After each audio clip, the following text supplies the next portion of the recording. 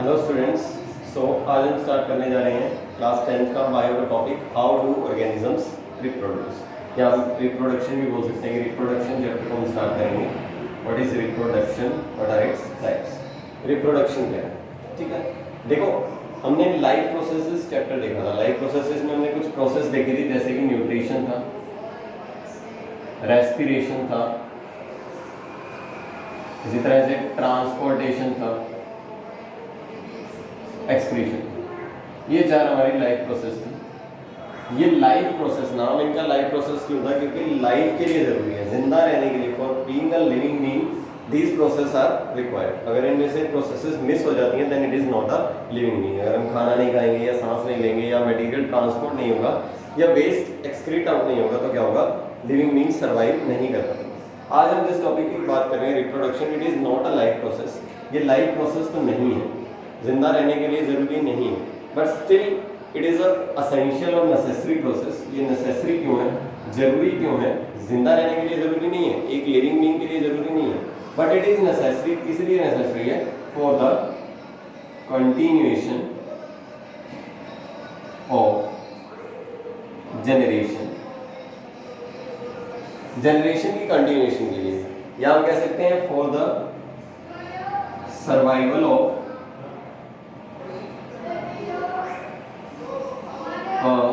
Species. कोई भी एक स्पीसीज के सर्वाइवल के लिए, बनी रहे कोई भी एक स्पीसीज, उसके लिए जरूरी है। फॉर एग्जाम्पल हम अगर बात करें ह्यूमन बींग्स की अगर बात करते हैं, for example this is the 2020 की अगर बात करें, let all the human beings stop reproducing. सबने रिप्रोडक्शन प्रोसेस को बंद कर दिया, तो उससे क्या होगा? जितने भी लिविंग ऑर्गेनिज्म, ह्यूमन बींग्स अगर हम बात करें इस टाइम पे हैं, whether they are male, whether they are female, kids, boys, whatever it is, वो सारे अगर रिप्रोडक्शन में बंद हो जाती है तो क्या होगा? इनका कुछ ना कुछ लाइफ स्पैन होगा, कुछ ना कुछ लाइफ स्पैन है हमारा, 60 साल, 70 साल, 100 साल। आफ्टर दैट क्या हो जाती है? डेथ हो जाती है। तो 2020 में अगर रिप्रोडक्शन बंद होगी तो let I am taking maximum, मैं मान लेता हूँ कि 2150 तक जितने भी ऑर्गेनिजम्स हैं, सारे ह्यूमन बींग्स हैं, वो क्या हो जाएंगे? मर जाएंगे। उसके बाद क्या होगा? कोई भी ह्यूमन बींग अगर नहीं होगा तो उनमें रिप्रोडक्शन भी नहीं होगी, नए ह्यूमन बींग्स भी नहीं पैदा होंगे। इसका मतलब जो ह्यूमन बींग की स्पीसीज है वो क्या होगी? खत्म होगी, डिस्ट्रॉय होगी। Therefore reproduction is necessary for the survival of a species. It is not necessary for the individual. जिंदा रहने के लिए जरूरी नहीं है, but survival of the species के लिए जरूरी है। ये क्वेश्चन आपको एनसीईआरटी क्वेश्चंस में भी मिल जाएगा। Why reproduction is not necessary for the individual. किसी जिंदा आदमी के लिए जरूरी नहीं है, but it is necessary for the survival of the species. इसके लिए जरूरी है, ठीक है। तो ये तो बेसिकली हुआ रिप्रोडक्शन के बारे में, ठीक है। रिप्रोडक्शन का मतलब अगर हम देखें, एग्जैक्ट डेफिनेशन देखें, रिप्रोडक्शन को किस तरह से कहेंगे? It a process of producing new organisms of similar type from their parents। Parents के द्वारा, पेरेंट्स की हेल्प से क्या हो? नए ऑर्गेनिजम्स बने। किस तरह के बने? उसी तरह के। फॉर एग्जांपल ह्यूमन बींग से आगे ह्यूमन बींग्स बनना, टाइगर से आगे टाइगर, लायन से आगे लायंस, कैट से आगे कैट्स, अपने ही तरह के न्यू ऑर्गेनिजम्स को या न्यू बेबीज को बोर्न करना। This process is known as the reproduction. इसको हम रिप्रोडक्शन प्रोसेस बोलेंगे, ठीक है। अब हम बात करते हैं रिप्रोडक्शन के टाइप्स की, रिप्रोडक्शन किस किस तरह से हो सकती है, ठीक है।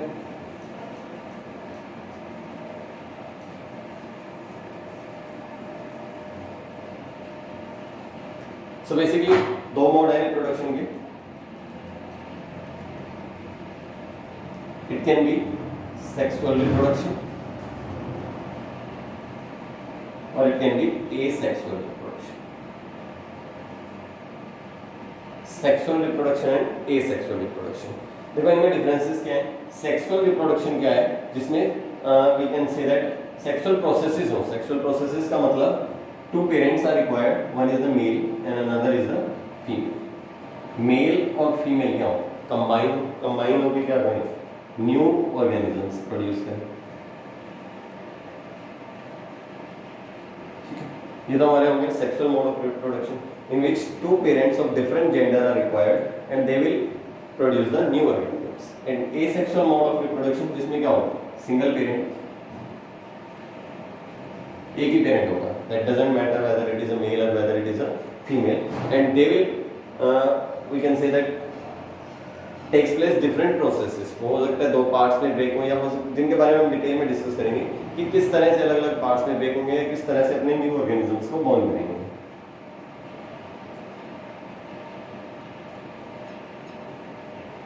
सेक्सुअल रिप्रोडक्शन में दो पेरेंट्स एंड एसेक्सुअल रिप्रोडक्शन में सिंगल पेरेंट की रिक्वायर्ड है। This is the main difference between sexual and asexual reproduction also. In sexual reproduction two parents are required and in asexual reproduction single parent is required for producing the new organisms, नए organisms बनाने के लिए। और भी इनमें differences बनेंगे, variations वगैरह के, किसमें वेरिएशंस ज़्यादा हैं, चेंजेस ज़्यादा आते हैं, वो बात की बात है। एक बार सिर्फ हम अगर बेसिक की बात करें तो सिर्फ इतना ही बेसिक है कि सेक्सुअल में दो पेरेंट्स की रिक्वायरमेंट है, एसेक्सुअल में अ single parent can produce the new organism. ठीक है, अब हम डिटेल में करेंगे कि एसेक्सुअल मोड क्या है, किस तरह से हो सकता है, सेक्सुअल क्या है, किस तरह से होगा, ह्यूमन बीइंग्स में कौन सा होगा, प्लांट्स में कौन सा हो सकता है, या यूनिसेलुलर ऑर्गेनिजम्स में किस तरह के मोड ऑफ रिप्रोडक्शन होंगे, उनके बारे में हम डिटेल में डिस्कस करेंगे। ठीक है, पहले हम स्टार्ट करते हैं इजी वन से, एसेक्सुअल रिप्रोडक्शन। क्योंकि सिंगल पेरेंट है, दूसरे पेरेंट की इन्वॉल्वमेंट नहीं है, तो कंपैरेटिवली क्या रहेगा, इससे इजी रहेगा। तो हम एसेक्सुअल मोड ऑफ रिप्रोडक्शन से स्टार्ट करते हैं।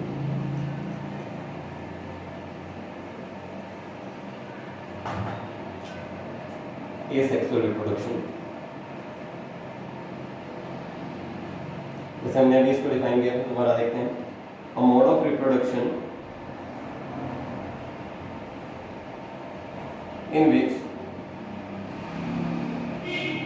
अ single parent can give birth to new organism या न्यू यंग वन। एक नया बेबी प्रोड्यूस करने के लिए एक सिंगल पेरेंट की रिक्वायरमेंट है। इस तरह के मोड ऑफ रिप्रोडक्शन को हम क्या बोलेंगे, एसेक्सुअल मोड ऑफ रिप्रोडक्शन। ठीक है, अब हम बात करते हैं किस तरह से यूनिसेलुलर ऑर्गेनिजम्स में हो सकता है। यूनिसेलुलर ऑर्गेनिज्म या सिंपल, बिल्कुल सिंपल ऑर्गेनिजम्स हैं, may be they are multicellular, but क्या है, बिल्कुल सिंपल लाइफ है उनकी। There are no complexity within their bodies, इतनी ज़्यादा कॉम्प्लेक्स बॉडी नहीं है, like human beings are there or like some large animals are there. उनकी बात नहीं कर रहे हम, बिल्कुल सिंपलेस्ट ऑर्गेनिजम्स की बात। ठीक है, तो एसेक्सुअल रिप्रोडक्शन जो है वो अलग अलग टाइप से, अलग अलग मेथड्स से हो सकता है। टाइप्स तो क्या, हम मेथड्स की बात करते हैं कि किस किस मेथड से हो सकता है। Some names are there that we will do in the detail. First is the fission method. Fission, fission का मतलब तो नाम से समझ आएगा, टूटना। इसमें टूटेंगे ऑर्गेनिजम्स। ठीक है, इसी तरह से हम बात कर सकते हैं बडिंग की, बड फॉर्मेशन हो। ठीक है, इसी तरह से स्पोर फॉर्मेशन, और इसके एग्जांपल्स फ्रेगमेंटेशन, रीजनरेशन।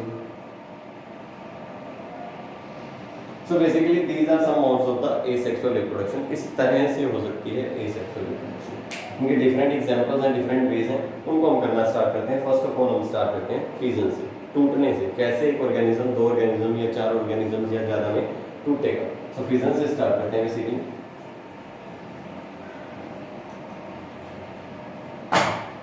फिजन में क्या होगा, breaking down of parent in young one. Parents का टूटना इसमें, यंग वंस में, न्यू ऑर्गेनिजम्स में। इसका मतलब इसमें क्या होगा, पेरेंट की आइडेंटिटी खत्म हो जाएगी। ठीक है, इसी तरह से डिफरेंसेस बनाएंगे हम बाकियों में भी। फिजन का बेसिकली मतलब क्या हो गया, पेरेंट्स की आइडेंटिटी खत्म हो गई। फॉर एग्जांपल ये कोई भी ऑर्गेनिज्म है, या मैं इसका नाम ले लेता हूँ amoeba, it is an organism. ये क्या हुआ, ये इसका न्यूक्लियस हो गया, ये किसी भी रीजन से दो पार्ट्स में ब्रेक हो गया, दो हिस्सों में टूट गया। Now these are two young ones, ये दो बेबी प्रोड्यूस हो गए, लेकिन पेरेंट्स का क्या हो गया, खत्म हो गया, एक्सटिंक्शन खत्म हो गया। So that's why breaking down of parent in young ones in which parents identity will be lost. Parent की आइडेंटिटी क्या खत्म हो जाएगी, खत्म हो जाएगी। ठीक है, इसमें तो एक दो में टूटा, मे भी क्या हो सकता था, एक ही ऑर्गेनिजम्स, नंबर ऑफ ऑर्गेनिजम्स में ब्रेक हो जाता, इस तरह से बहुत सारे ऑर्गेनिजम्स बन जाते हैं। That is also an example of the fission. So इस मेज में हमने इनको दो पार्ट्स में डिवाइड किया। एक से दो बनना, binary fission, breaking down of 1 into 2, दो बाइनरी में। ठीक है, और ये क्या हो गया, बहुत सारे बन गए, मल्टीपल बन गए, that's why it is known as the multiple fission. ये क्या होगा, मल्टीपल फिजन है। ठीक, अब हम एग्जांपल शुरू करते हैं कि अमीबा का या कोई भी बाइनरी फिजन के हम एक दो एग्जांपल देखते हैं, फिर मल्टीपल फिजन की एग्जांपल देखेंगे कि किस तरह से ऑर्गेनिजम्स रिप्रोड्यूस कर सकते हैं एसेक्सुअली। ठीक है,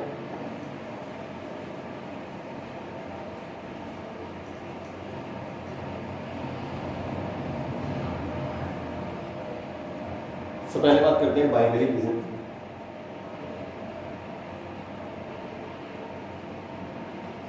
एक से दो ऑर्गेनिजम्स का सेम एग्जांपल अमीबा का मैं लेता हूं।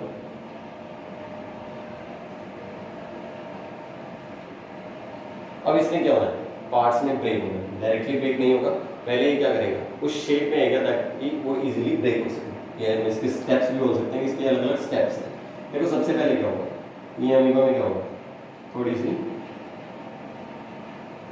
कंस्ट्रिक्शन आएगी। ये इसका न्यूक्लियस है, न्यूक्लियस भी लंबा होता है, दो पार्ट्स में सारा कह सकते हैं कि सेलुलर मटेरियल सारा चाहिए उसको, साइटोप्लाज्म भी चाहिए, न्यूक्लियस भी चाहिए, दो जो ह्यूमन्स बनेंगे। इसीलिए क्या हो रहा है, सारा मटेरियल इलोंगेट हो रहा है, थोड़ा सा लंबा हो रहा है इस मटेरियल का। ठीक है, नेक्स्ट स्टेप में क्या होगा, और ज़्यादा पास आएंगे, या हम कह सकते हैं कि साइटोप्लाज्म दो इक्वल पार्ट्स में डिवाइड हो गया।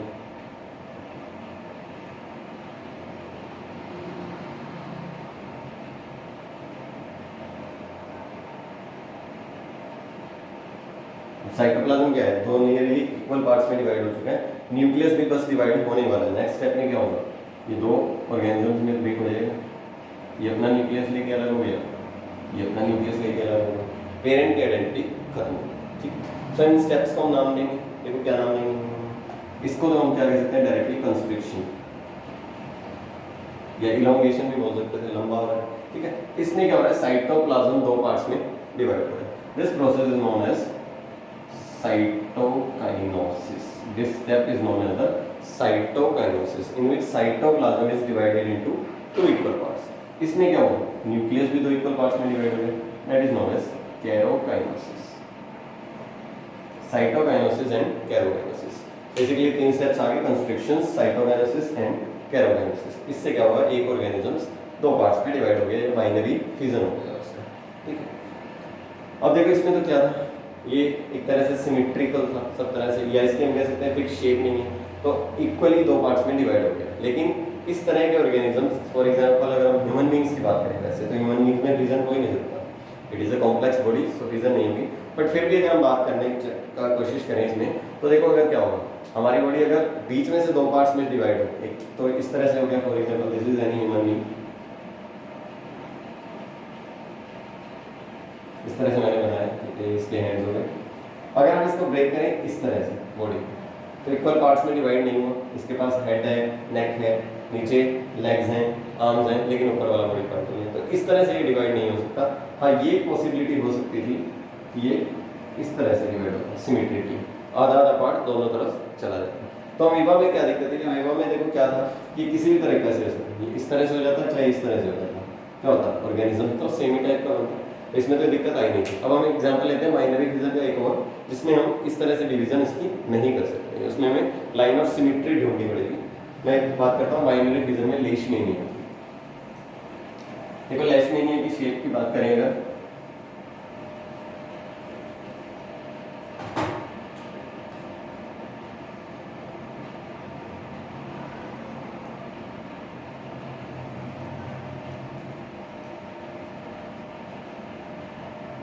इस तरह से लेशमेनिया की शेप है, इसके अंदर इसका साइटोप्लाज्म है, न्यूक्लियस है, वो सब तो इसके अंदर है लेशमेनिया। अब हम इसको अगर ब्रेक करें बाइनरी फिजन से, तो इस तरह से हम इसको ब्रेक नहीं करेंगे, क्योंकि ऊपर वाले बॉडी पार्ट में ये हेयर लाइक स्ट्रक्चर आ गई, नीचे ये नहीं, these are known as the flagella, इसको मूवमेंट में हेल्प करते हैं, चलने में हेल्प करते हैं। तो इसको अगर हम ब्रेक करना चाहेंगे तो इसकी लाइन ऑफ सिमेट्री किस तरह से बनेगी, इस तरह से बनेगी, ये इस तरह से दो पार्ट्स में ब्रेक होगा।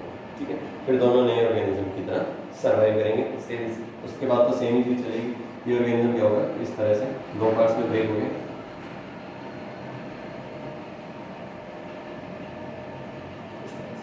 इनके अपने न्यूक्लियस। ठीक है, तो इसमें लाइन ऑफ सिमेट्री इस तरह से। ठीक है, अमीबा में क्या था, लाइन ऑफ सिमेट्री नहीं थी, रैंडमली वो कहीं से भी ब्रेकडाउन हो सकता था पार्ट्स में, तो होगा इसमें भी binary fission, but according to the line of the symmetry कि वो दो इक्वल पार्ट्स में डिवाइड हो जाए। ठीक है, अमीबा का भी बाइनरी फिजन का एग्जांपल था, लेशमीनिया में भी बाइनरी फिजन का एग्जांपल है, लेकिन हॉरिजॉन्टली और वर्टिकली का डिफरेंस हो जाएगा कि वो किसी भी तरह से ब्रेक हो सकता था और ये हॉरिजॉन्टली ही ब्रेक होगा for the equal division of the body parts, दोनों को इक्वल इनके। ठीक है, नेक्स्ट हम बात करते हैं मल्टीपल फिजन की।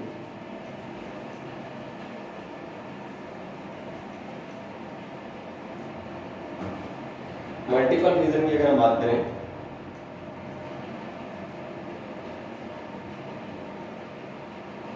तो क्या होगा, एक ही ऑर्गेनिज्म मल्टीपल पार्ट्स में ब्रेक होगा, बहुत सारे ऑर्गेनिज्म उससे जनरेट होंगे, that is known as the multiple fission. उसको हम क्या बोल देते हैं, मल्टीपल फिजन बोलते हैं। तो देखो जैसे इसका एग्जांपल दिया हुआ,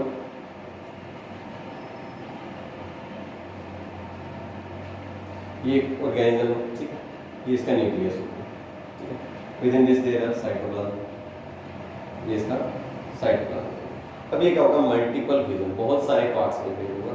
बहुत सारे पार्ट्स में ब्रेक होने के लिए इसमें क्या होगा, सबसे पहले हार्ड आउटर कवरिंग, ये जिसकी बॉडी है, अंदर वाली जिसकी बॉडी है, ये वाली मेम्ब्रेन, एक हार्ड आउटर मेम्ब्रेन बनेगी, this is known as the cyst. इसको हम क्या बोलते हैं, सिस्ट। एक आउटर हार्ड मेम्ब्रेन है ताकि जब तक अंदर फ्रीजन ना हो जाए, ये ब्रेक होके अलग अलग पार्ट्स में डिवाइड ना हो, इसको प्रिवेंट करने के लिए क्या बन गया, सिस्ट बन गया। अब क्या होगा, अंदर छोटे छोटे सेल्स बनेंगे, हर सेल ने क्या किया, इस न्यूक्लियस को छोटे छोटे पार्ट्स में ब्रेक किया, एक न्यूक्लियस लिया, थोड़ा सा साइटोप्लाज्म इसने ले लिया, इसी तरह से नेक्स्ट वन, इसी तरह से नेक्स्ट वन,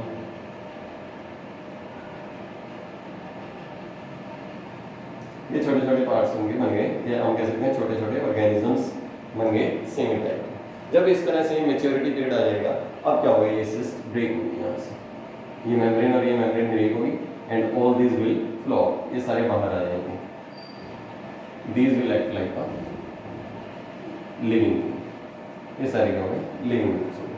इसमें भी क्या होगा, पेरेंट की आइडेंटिटी लॉस होगी, but there are the number of the products, बहुत सारे प्रोडक्ट्स बन गए, that's why this is known as the multiple fission. Fission हुआ है, टूटे हैं, लेकिन अलग अलग मल्टीपल प्रोडक्ट्स में टूटे हैं, बहुत सारे प्रोडक्ट्स बने, that's why this is an example of the multiple fission. इसमें जो आउटर मोस्ट हार्ड मेम्ब्रेन बनेगी, that membrane is known as the cyst, उसको हम क्या बोलेंगे, सिस्ट बोलेंगे। ठीक है, और अगर हम इसकी एग्जांपल्स की बात करें तो और इसमें एग्जांपल्स दे रखे हैं हमारे, ठीक है, प्लाज्मोडियम का, this organism for example it is Plasmodium, ये किस तरह से ब्रेक करेगा, मल्टीपल फिजन से ब्रेक करेगा। ठीक है, जैसे हमने बाइनरी फिजन में एग्जांपल देखे थे अमीबा एंड पैरामीशियम का,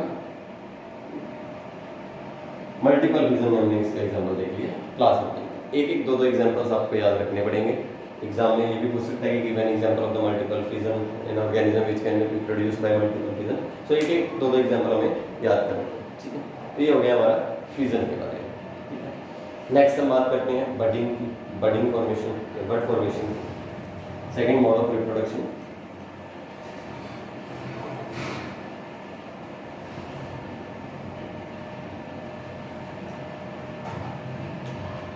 नेक्स्ट मोड है budding, bud formation. For example hydra का एग्जांपल लेता हूं मैं, this is an organism hydra है, ये करेगा बडिंग मेथड से रिप्रोडक्शन करेगा, बड फॉर्मेशन। देखो इसमें क्या होगा, जैसे ही रिप्रोडक्शन होनी होगी, इसकी बॉडी पे क्या होगा, छोटा सा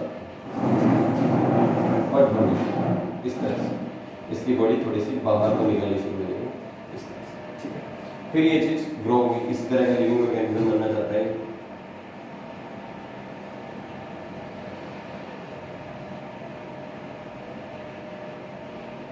इस तरह से ये ऑर्गेनिज्म, ये इसका न्यूक्लियस है, साइटोप्लाज्म इस साइड में। अब क्या होगा, न्यूक्लियस भी आएगा इसके अंदर,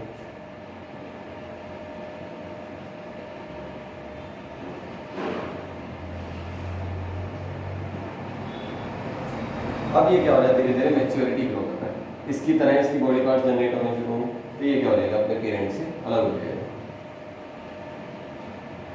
ये इससे अलग हो गया, सेकंड हो गया, तो एक से क्या होंगे, दो। अब इसमें देखो मेन चीज क्या है, इसमें पेरेंट की आइडेंटिटी लॉस नहीं हुई, ये ओरिजिनल पेरेंट था, ये लास्ट में उसकी तरह से सर्वाइव कर गया, न्यू ऑर्गेनिज्म को भी इसने बर्थ दे दिया। ठीक है, इसमें क्या होगा, पेरेंट की आइडेंटिटी लॉस नहीं होगी। रीजन में हमने क्या देखा था, पेरेंट की आइडेंटिटी लॉस हो जाती है। से हाइड्रेस का एग्जाम्पल हो गया बडिंग फॉर्मेशन का या बड फॉर्मेशन, उसकी बॉडी पे ही एक पार्ट ग्रो होना शुरू होगा, वही फ्यूचर में जाके करने में न्यू ऑर्गेनिज्म बन जाएगा। तो 2 पार्ट्स हम कर चुके हैं, फिजन, बडिंग। नेक्स्ट हमारे fragmentation, regeneration and spore formation, ये 3 हमारे रह चुके हैं, ये हम नेक्स्ट पार्ट में करेंगे। ठीक है, आज के लिए इतना। Okay, thank you.